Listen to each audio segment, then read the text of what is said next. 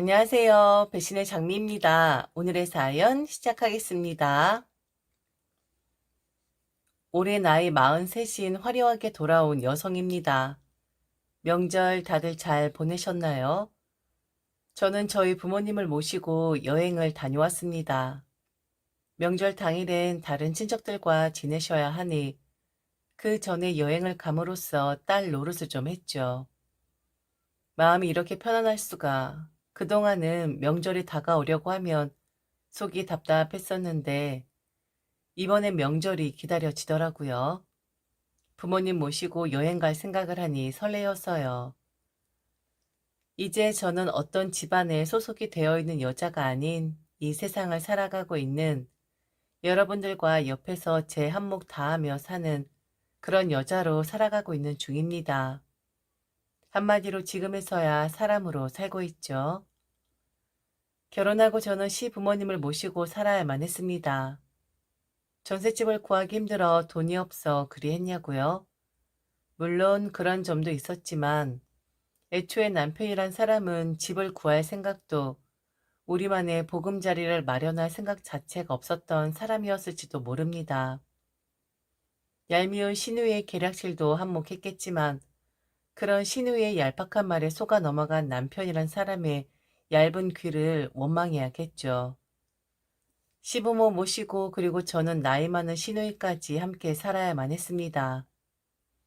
저와 남편이 결혼 이야기를 할 때쯤 시누이는 이혼을 했고 당시에 저희 결혼을 엄청 말리고 들었던 것으로 기억을 해요. 자기는 이혼을 했는데 아들 장가간다 하니 좋냐고, 며느리 드린다고 하니 좋으냐고, 동네방네 사람들 다 불러서 우리 아들 결혼한다고 잔치라도 벌이라고. 이혼의 상처가 커서 모든 사람들 제정신 아닌가 보다라고 생각을 했었고 그리고 이해를 해줬었습니다.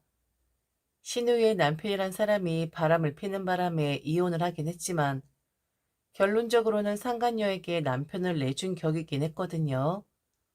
신우이와 이혼하고 상간녀와 결혼을 한 신우이 남편은 아직도 잘 사는 것으로 알고 있어요. 자식 셋이나 낳고 말이죠. 암튼 그런 상처를 안고 이혼을 했었던 신우이였던지라 말 그대로 아무리 지랄을 떨어도 다들 이해하고 넘어가주는 분위기이긴 했었습니다. 처음엔 남편은 그래도 신혼집을 구하는 척이라도 하긴 했었던 것 같습니다. 난리치는 신우이 있으니 같이 사는 건 무리라고 생각을 했을 터인데 그런데 신우이는 남편을 놓아주지 않았죠. 30평대 아파트에 살던 시댁 사람들은 결혼을 앞두고 40평대로 이사를 갔고 그리고 합가를 이야기하더라고요. 합가 이야기를 하면서 당연히 모든 시부모가 하는 립 서비스 제대로 하긴 했었고요. 이거 나중에 누구 것 되겠냐고. 시부모 잘 모시고 하나밖에 없는 상처 많은 네 시누이 잘 보살펴주면 며느리 네 앞으로 이 아파트 해줄 것이라고. 새 식구 맞이하니까 30평대에서 40평대로 이사도 온 것이라고. 그냥 니들이 분가해서 살 수도 있지만 그래도 한 가족이 되었고 어느 정도는 함께 살아야 가족이라고 느껴지지 않겠냐고. 신우이란 사람은 제게 그러더라고요. 나는 따로 살아서 남편 딴 년한테 빼앗겼잖아. 모르지 내 동생도? 진짜 모르는 거 아니겠어? 내가 진짜 불편한데 다 예비 옳게 생각해서 우리 40평으로 이사한 거야. 뭐 그래도 따로 집 얻고 싶다면 그리해도 되고 시부모 눈밖에 나도 요즘 며느리들은 별 신경 안 쓰잖아. 그런데 그건 확실하게 알아도 이거 다 올케를 위해 하는 거야. 올케를 지켜주기 위해서 우리가 함께 살자고 하는 거라고. 살아보면 알아. 나중에 우리한테 고맙다고 할걸? 남편 놈은 바보같이 웃고만 있고 그런데 40평대 아파트라 그런지 그래도 복작복작 거리진 않겠다 생각이 들더라고요. 그리고 어리석게도 그때 시부모의 립서비스 믿었었습니다. 정말 그렇게 되는 줄 알았고 나중에 내 명의를 돌려준다 하는데 이 큰 집을 내가 소유할 수도 있는데 그래 그냥 같이 살자 뭐 그리 사람 어렵게 하겠어? 어차피 사람 사는 거 다 거기서 거기일 것이고 쉽사리? 그런 거 요즘엔 그렇게 심하게 시키지도 않고 내가 가만히 있을 사람도 아니잖아? 자신만만하게 합가 요청 저도 받아들였고 애초에 남편이란 놈이 따로 집을 얻을 생각을 하지 않았겠구나라고 확신이 서긴 했었지만 그래도 저 받아들였습니다. 호기롭게 말이죠. 제 스스로 제 무덤을 팠고 제 스스로 땅을 팠고 그 땅으로 쳐 들어가는 그런 멍청한 행동을 하고 만 것이죠. 9년 동안의 씹사리와 그들의 억지스런 행동들 다 이야기하면 시간이 모자랄 것 같긴 해요. 그래도 몇 개만 말씀을 드린다면 우선은 시부모 모시는 것이 참 힘이 들더라고요. 식사 챙겨 드리는 것부터 시작해서 두 분 비위 맞춰 드리는 것이 여간 힘든 게 아니었었습니다. 왜 그렇게 시시각각 마음이 변하는 것인지, 오늘은 이런 행동이 맞는 것이고, 내일은 또 그 행동이 맞질 않는 것이고, 시아버지 같은 경우엔 아침마다 신문을 읽으시는 분인데, 제게 요구하는 사항들이 매일 달라지더라고요. 처음에 신문을 가져다 주는 것으로만 만족을 했다면, 나중에 신문을 잘 읽을 수 있게끔 옆에 돋보기를 함께 내어 주었으면 하더군요. 나중엔 제가 먼저 신문을 읽고 시아버지가 흥미 있어 할 만한 곳을 접어 밑줄을 그어주기를 바랐고, 그리고 나중엔, 아, 써머리를 해서 스크립을 해주길 바라더라고요. 제가 간략하게 써머리를 하면 그렇게 머리에 쏙쏙 들어온다면서요. 이건 뭐 저도 신문 읽는 거 좋아하고 그 특유의 냄새도 좋아해서 할 만했었습니다. 나중에 시아버지는 텃밭 일구는 것에 빠져서 거의 그곳에서 살다시피 하셨던 양반이었기에 뭐 그렇게 많이 힘들진 않았었네요. 시어머니 같은 경우엔 항상 한술 더 뜨긴 했었습니다. 적어도 시아버지 같은 경우엔 하루 걸러 제게 원하는 것이 달라졌다면 시어머니 같은 경우엔 과장 조금 해서 1시간에 한 번씩 요구사항이 달라지긴 했었습니다. 그날 그날 자신의 기분에 따라 말이죠. 만일 제가 과일을 깎아 내어온다고 치자고요. 그럼 쟁반에 받쳐서 과일을 내오지 않겠어요? 그럼 소리를 질러댑니다. 그 쟁반을 왜 꺼내냐고요. 자신이 아끼는 쟁반인데 허접한 과일 하나 내오려고 왜 그 비싼 쟁반을 가지고 나오냐고. 그럼 저는 이후엔 뭘 가져다 드려도 쟁반에 받치고 오지 않는 걸로 행동을 개선하지 않겠어요? 그럼 또 그걸로 난리를 칩니다. 왜 쟁반을 쓰지 않냐고요. 쟁반의 쓰임새가 무엇이냐고. 그러니까 이 양반은 그냥 시시콜콜 제게 시비를 걸고 싶었던 거였어요. 그냥 아무 의미도 없고 아무 정당성도 없고 그냥 제가 보기 싫었던 거였습니다. 왜냐면 당신 아들이 저의 편이니까. 주말에 함께 집에 있을 때 당신 아들이 아내인 저를 졸졸 따라다니며 저를 아끼는 모습이 보이니까요. 그러니 남편 없을 때 이것저것 말 바꿔가며 그냥 괴롭혀 대는 겁니다. 시아버지는 아무 말을 못하시는 분이었어요. 그래서 그분이 바깥으로만 돌았던 것 같기도 해요. 이 집안 자체가 시어머니의 목소리가 더 컸고, 그리고 시어머니 위주로 돌아가는 그런 집안이었거든요.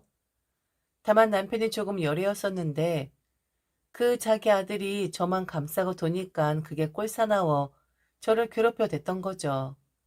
신우 이야기를 좀 해볼까요? 이 사람은, 이 사람은 정말 대단히 나쁜 년입니다. 자기가 이혼을 했고 자기 남편이 바람을 피워서 그리 된 것인데 저를 예전 자기 남편의 상간녀쯤으로 여기는 것인지 시도 때도 없이 툭툭 치고 그 입에서 나오는 상스러운 말들. 한 번에 이혼을 했고 남자한테 되었으면 그런 남자한테 학을 뗄 만도 한데 제가 시댁에서 사는 동안 남자 문제 여럿 일으켰었고 인사하러 온 남자가 한 명 있었는데 그 남자와는 결국 헤어지게 되었었거든요. 그런데 그걸 제 탓으로 몰고 가더라고요. 그 남자가 제 칭찬을 그리 했었답니다.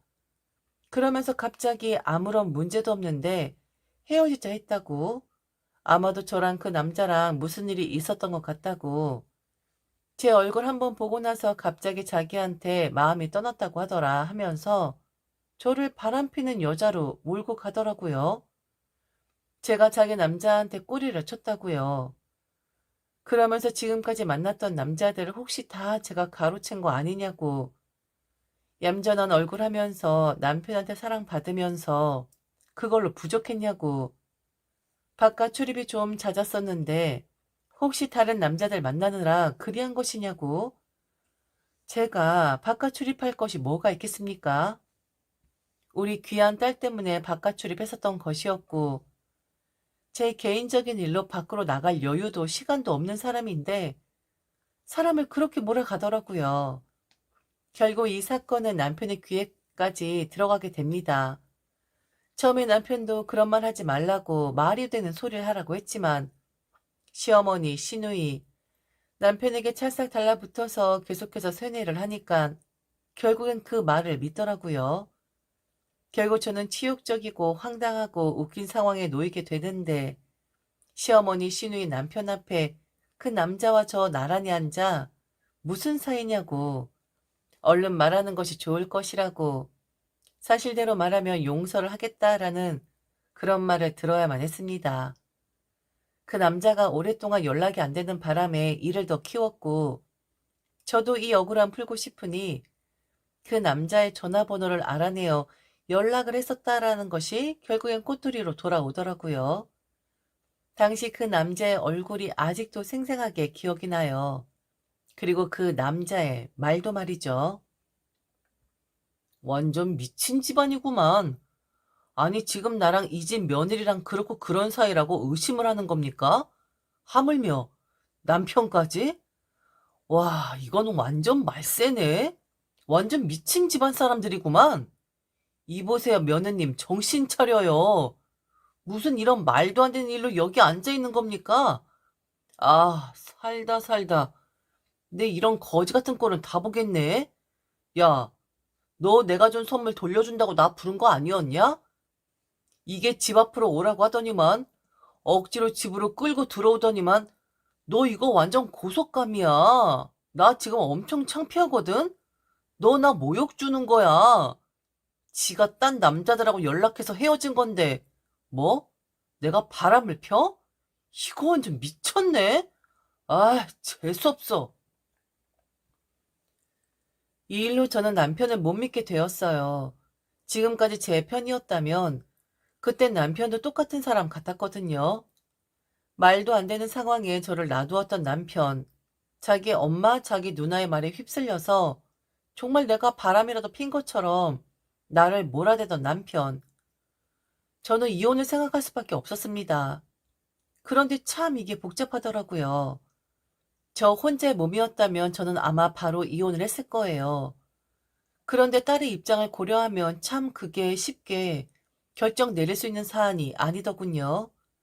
고민을 했고 어두워진 얼굴로 그 보고 싶지 않은 사람들과 얼굴을 볼 수밖에 없었는데 어느 날 여동생에게 전화가 왔습니다. 이미 제 이야기는 다 들어서 알고 있었고 좀 밖에서 만났으면 한다 하더라고요. 결혼을 준비하고 있었던 여동생이었기에 뭐 도움이 필요한가? 아니면 이 언니 바람을 좀 쐬어주고 싶어 그런가? 싶어 나갔죠. 저도 좀 한숨 돌리고 싶었으니까요. 그런데 동생이 놀라운 이야기를 하는 겁니다. 이미 결혼할 사람과는 끝이 났다고, 그러니 부담 없이 받으면 된다고 하면서 말이죠. 저와 다르게 여동생은 참으로 주체적인 사람입니다. 저는 아무것도 모르는 상태에서 결혼을 했다면 여동생은 좀 달랐어요. 그리고 저와는 다르게 똑똑한 사람이기도 했고요. 여동생이 제게 그러더군요. 바보같이 살지 말고 그냥 이혼해. 그리고 나 결혼 안 해. 회사엔 주재원으로 나가겠다고 말했고, 이 말은 무엇이겠어. 나 집 분양받은 거 알지? 거기가 빈다는 이야기야. 전세 주는 것도 싫고 그냥 언니가 써. 얼마나 좋냐? 땡땡이랑 언니랑 나와서 그 집에 들어가 살라고. 명의도 바꿔달라 하면 바꿔줄게. 언니한테 해줄게 있다라는 게 얼마나 다행인지 몰라. 나 한 5년은 있어야 하거든? 그러니까 언니, 바보같이 살지 말고 그냥 이혼을 해. 엄마 아빠한테 들어가는 건 미안해서 지금 이런다는 거 다 알아. 그런데 하늘이 무심하진 않네. 분양받은 집 비니깐 거기 들어가 살아. 당장 이혼하고. 형 보는 사람이 왜 그래? 미치지 않고서. 아, 이혼해? 당장? 그게 뭐냐? 그렇게 사는 여자들 없어. 그런 꼴을 당하고도 산다는 게 말이나 돼? 결혼보다는 자신의 커리어를 선택했다고 했고, 그보다 만나본 시어머니 자리가 도저히 감당이 되질 않아 이별을 결심했다 하더라고요. 그러면서 여자는 결혼하면 안 되는 것 같다고, 내가 자기 아들보다 분명히 잘났는데 그걸 꼴사나워 한다고, 그러니 언니도 화려하게 돌아오라고 쿨하게 이야기를 하더라고요. 이미 저희 부모님도 허락을 했다면서 말이죠. 미안했지만 고마웠습니다. 우선은 살 집이 필요하긴 했으니까요. 그리고 참 웃긴 게 비빌 언덕이 생겼다 생각하니 든든하고 용기가 생기더라고요. 여동생에게 힘을 받고 집에 돌아가니 남편이 이미 퇴근을 했더라고요. 그러면서 먼저 말을 꺼내는 겁니다. 아마 여동생이 말을 한 듯 했어요. 그 성격에 당연히 한바탕 질러댔겠죠. 분명 기분 나쁘게 말을 했을 텐데 남편은 한껏 낮은 자세로 제게 이야기를 했고, 그럴 수밖에 없었던 것이 그 신우의 남자와의 사이에서 있었던 일로 제게 미안해하던 중이었거든요. 그런데 저는 잊을 수가 없었습니다. 남편의 그날의 눈빛을요. 이미 마음을 접었고 그리고 이곳에서 빠져나가기만을 기대하고 있었는데 이 사람이 김칫국을 원샷하는 말을 하더군요. 분가하자. 분가하면 우리 사이 예전처럼 다시 돌아올 수 있어. 그리고 우리 땡땡이한테 동생도 만들어줘야 하잖아. 내가 부모님께 말씀드렸어. 분가하겠다고. 그리고 미안하다고 했잖아. 누나랑 엄마가 하도 그렇게 이야기를 하니까 나도 속아 넘어간 거였는데 당신이 어떤 사람인데? 나도 알고는 있었어. 미안해. 정말 미안해. 우리 분가해서 새로 시작해보자. 처제한테도 면목 없다, 미안하다, 용서해달라 했어. 아우, 처제 장난 아니더라. 형부를 아주 잡더라, 잡어. 저는 아무 말 하지 않았고 남편을 물끄러니 바라만 보았습니다. 제가 사랑하던 사람이었고 저를 사랑해주던 사람이었어요. 그런데 왜 그랬을까? 왜 그렇게 그녀들의 꼬임에 넘어갈 수밖에 없었을까? 참 한심하더라고요. 저는 아무 말 없이 자리에서 일어났는데 갑자기 남편이 무릎을 꿇는 겁니다. 그러면서 막 통곡을 하며 자기를 용서해달라고 하는 거예요. 그 소리를 들은 시어머니와 시누이 저희 방으로 달려왔고 남편이 무릎을 꿇고 있는 모습을 보게 되었죠. 이미 그녀들도 알고 있었습니다. 남편이 이야기를 했으니까요. 시어머니 남편을 보면서 혀를 차더니 그래 나가라 분가해라 라고 하더군요. 분가하고 공동명의 해라. 그렇게 하면 나가게끔 해줄게. 그리고 너는 이놈아 무슨 죄를 지었다고 이리 무릎을 꿇고 지랄이야? 사내 놈이 오해를 할 수도 있는 거지. 나가라. 분가하라고. 그렇게 가고 싶으면 나가. 우리도 며느리 보기 면목 없고 암튼 그래. 엄마, 이렇게 쉽게 분가하라고 하면 어찌해? 야, 약속을 확실하게 하라고. 공동명의다. 어? 너 꼭 공동명의로 해야 한다. 너 만일 네 이름으로만 하면 다시 합가한다. 알겠어? 이거사. 그건 엄마가 알아서 할 일이지. 그래도 뭐 확실하게 도장은 찍어야 하니까 너 공동명의 해라. 그거 네 집 아니야. 우리 아들이랑 한 집이지. 알지? 만일 그렇게 안 하면 니들 분가는 물 건너가는 것이고 약속 지키지 않으면 니네 부모 안방에 짐 싸들고 찾아가서 나 시위할 거다. 내가 못할 줄 아냐? 내가 억울하게 우리 아들 분가시키는데 그 정도도 못할 것 같아? 나 당연히 할 수 있어. 니네 부모 안방에 쳐 들어가서 시위할 수 있는 사람이라고? 네, 그러실 수 있는 분이라는 거 알아요. 다행이네요. 그렇게 큰 마음 먹어줘서 이제 정말 분가를 하네요. 뭐? 여보, 왜 이래? 왜 그렇게 말을 해? 엄마한테 얼른 공동 명의한다 말해. 안 그럼 진짜 우리 엄마 처갓집에 쫓아간다고. 얼른 약속을 하라고. 분가해서 새롭게 시작하자. 어? 자기야, 우리 둘째도 만들어야지. 너무 다행이야. 지금 짐 싸세요. 안방에 쳐 들어가든 마음대로 하시고요. 오늘부로 나는 이 집에서 분가할 거야. 그리고 당신 아들이랑도 분가할 것이고요. 나랑 땡땡이만 나간다고. 무슨 말인지 못 알아듣겠니? 저는 이혼 서류를 내밀었습니다. 그리고 곱게 서류 작성해서 접수하면 그냥 이혼을 하는 것이고, 만일 그렇지 않다면 나도 물러서지 않고 싸워보겠다 했어요. 그때 그 싸움닭들이 제게 달려들었고, 정신이 아찔해질 때쯤 저는 괜찮으세요? 라는 한 남자의 목소리를 듣게 되죠. 우리 딸, 제가 천재를 낳았더라고요. 집안이 시끄러우니 딸이 경찰과 119에 전화를 건 것이었어요. 저는 일방적으로 폭행을 당했고, 이 건으로 인해서 유리한 위치로 이혼을 하게 되었고, 위자료도 챙기고 더욱이 양육권도 챙기게 되었습니다. 요즘엔 손 잘못 날리면 거의 모가지 날아가는 수준이더라고요. 그렇게 이혼을 했는데 한 달쯤 지났을 때 저는 예전 그 신우의 남자에게 연락을 받게 됩니다. 같이 해보지 않겠냐고 하더라고요. 신우이와 시어머니를 고소한답니다. 모르고 있었더라고요. 물론 저도 몰랐었죠. 그녀들이 그날 남자와 제가 함께 신문을 받았던 날 사진을 찍어 인스타에 업로드를 했고 계속해서 그곳에서 남자를 파렴치 안으로 몰고 갔더라고요. 그건 시어머니도 함께 동조를 했고요.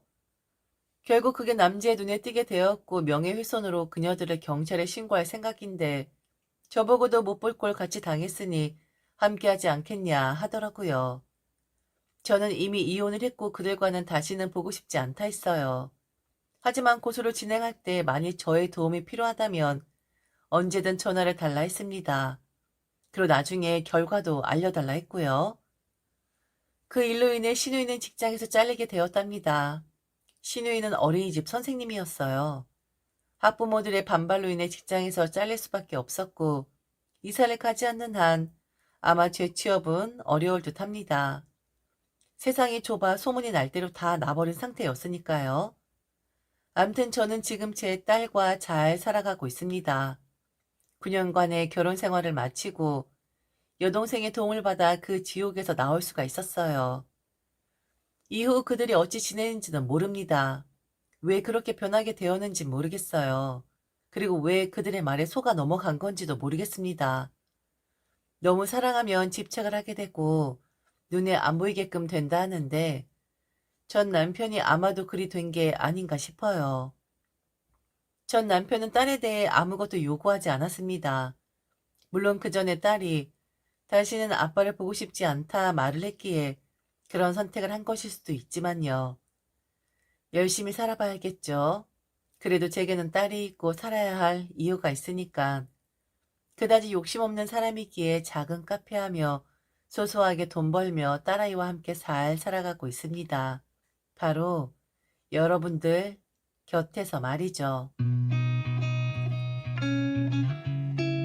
지금까지 들어주셔서 진심으로 감사합니다. 이상 배신의 장미였습니다.